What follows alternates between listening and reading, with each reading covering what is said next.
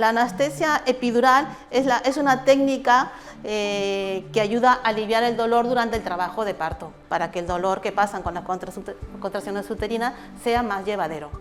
Es una técnica que se hace en la espalda, ¿vale? A nivel lumbar. Se recomienda a las pacientes no hacerse tatuajes en esta zona, en la zona lumbar.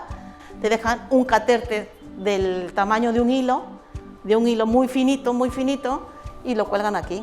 Entonces, si a veces se va poco el efecto durante el trabajo de parto, no te van a volver a pinchar. Te ponen con una jeringa un poco más de anestesia. Como toda técnica intervencionista, lleva sus riesgos, lleva sus cosas. Será más complicado según que en algunas pacientes. Por ejemplo, las pacientes muy obesas, totalmente, a veces la técnica resulta un poquito complicada, pero no es imposible.